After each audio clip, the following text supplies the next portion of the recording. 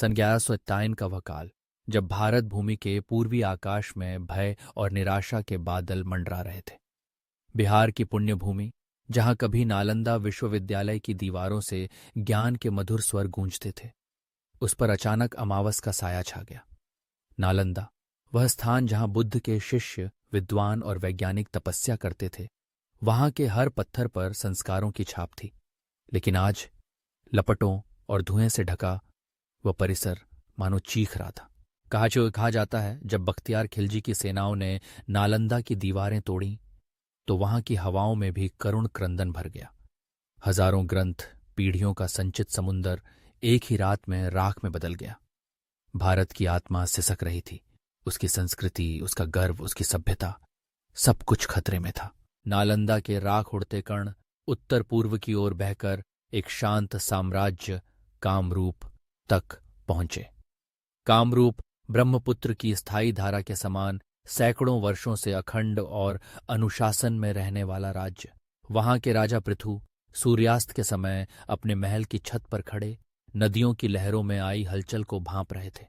तभी दूतों ने तेज कदमों से आकर राजा पृथु के चरणों में सिर नवाया और कांपते स्वर में संदेश दिया, खिलजी अब कामरूप की ओर बढ़ रहा है। उसकी सेना अपराजय बताई जाती है। वह वही राक्षस है जिसने ज्ञान को आग में झोंका। राजा पृथु की आंखों में ज्वाला थी, पर चेहरा शांत। उन्होंने आसमान की ओर देखा, जैसे देवताओं से आशीर्वाद ले रहे हों। उनका स्वर धीमा लेकिन प्रचंड था। उसने ज्ञान को तो बुझा डाला, परंतु अब वह जिस धरती पर पांव रखने जा रहा है, वह केवल भूमि नहीं, मां है। और मां की रक्षा हेतु उसके पुत्र अंतिम सांस तक लड़ने को तैयार हैं। राजा की ललकार पूरे राज्य में गूंज गई। युद्ध की तैयारियां शुरू हो गईं। कामरूप की सेना, जिसमें चौड़ी छाती वाले यादव, पहाड़ी वीर, नदी के योद्धा और घने जंगलों के तीरंदाज शामिल थे, सब एकत्र हो गए। कामरूप के ग्रामीण, योगिनी आश्रम के साधु और असम के वनवासी तक राजा पृथु के ध्वज के नीचे एकजुट हो गए। वे जानते थे, यह युद्ध केवल भूमि या सत्ता के लिए नहीं, बल्कि अस्मिता, ज्ञान और संस्कारों के लिए है। जैसे ही बख्तियार खिलजी की सेना कामरूप में घुसी, उन्हें लगा था कि यह केवल एक औपचारिक विजय होगी, परंतु पूर्व का यह राज्य उनके लिए अबूझ पहेली बन गया। तेज बारिश की बौछारें, दलदली जमीन, घने अरण्य और अंधेरे में छिपे हुए बरसाती जीव, हर चीज खिलजी की सेना के लिए दुर्भाग्य बनती जा रही थी। उनके घोड़े घुटनों तक कीचड़ में फंस गए। सैनिकों को कठिनाई से भोजन पानी मिलता था और बारिश में रोग फैलने लगे। नदी की धाराओं में फंसी सेना बार बार बिखर जाती। राजा पृथु ने अपने किले और नगरों को अभेद्य बना दिया।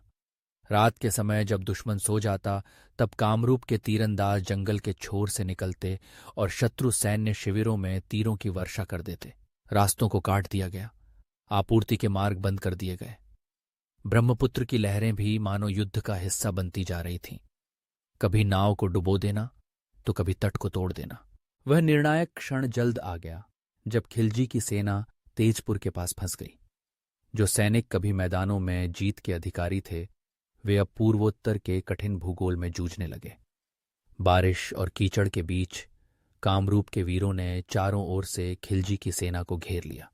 एक ओर आकाश से बिजली कड़क रही थी, दूसरी ओर जंगल से बांसुरी की तरह सीटी बजती तीरों की बौछार। युद्ध के कोलाहल में बख्तियार खिलजी घायल हुआ।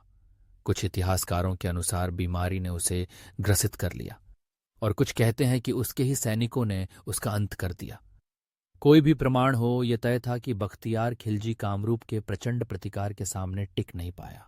आखिरकार कामरूप ने अपनी स्वतंत्रता और गरिमा बचा ली। राजा पृथु के सैन्य नेतृत्व, साहस और रणनीति ने एक ऐसे हमलावर को मात दी जिसने नालंदा जैसे महान ज्ञान केंद्र को राख बना दिया था। जब खिलजी की विदाई हुई, तब कोई उत्सव नहीं मनाया गया। पृथु जानते थे, यह केवल एक शरीर का पतन नहीं, बल्कि घृणा और अज्ञान के एक अध्याय का अंत है। कामरूप के मंदिरों में घंटियों की गूंज अब हर्ष का नहीं, संयमित गर्व का प्रतीक थी। ब्रह्मपुत्र की लहरें धीमी बह रही थीं, मानो वे भी इस आत्मगौरव के पर्व में सिर झुका रही हों। महलों और गांवों में नई पीढ़ी को यह कथा सुनाई गई कि जब जब अस्मिता पर संकट आए, तब तब कामरूप की आत्मा ने ज्वाला बनकर उत्तर दिया है। आज भी जब सूर्यास्त के समय नारंगी आकाश ब्रह्मपुत्र के पानी पर बिखरता है तो मानो इतिहास का वह पल जीवित हो उठता है। जहां नालंदा की लौ बुझाई गई थी वहां कामरूप की ज्वाला दोबारा प्रज्वलित हुई थी। यही था उस समय का संदेश, धधकती अस्मिता, निडर प्रतिकार और अंततः न्याय का विजय पर्व। सदियों बाद भी यह कहानी भारतीय आत्मा की जिजीविषा और अडिग संकल्प की मिसाल है। यह संदेश है, जब संस्कृति और अस्मिता की बात आए तब प्रतिकार की ज्वाला कभी बुझने न दी जाए। तभी इतिहास करवट लेकर कहेगा, जो जला था वह राख हुआ, मगर जो जागा वह महाज्वाला बना। और यह महाज्वाला अनंत काल तक पथ प्रदर्शक रहेगा।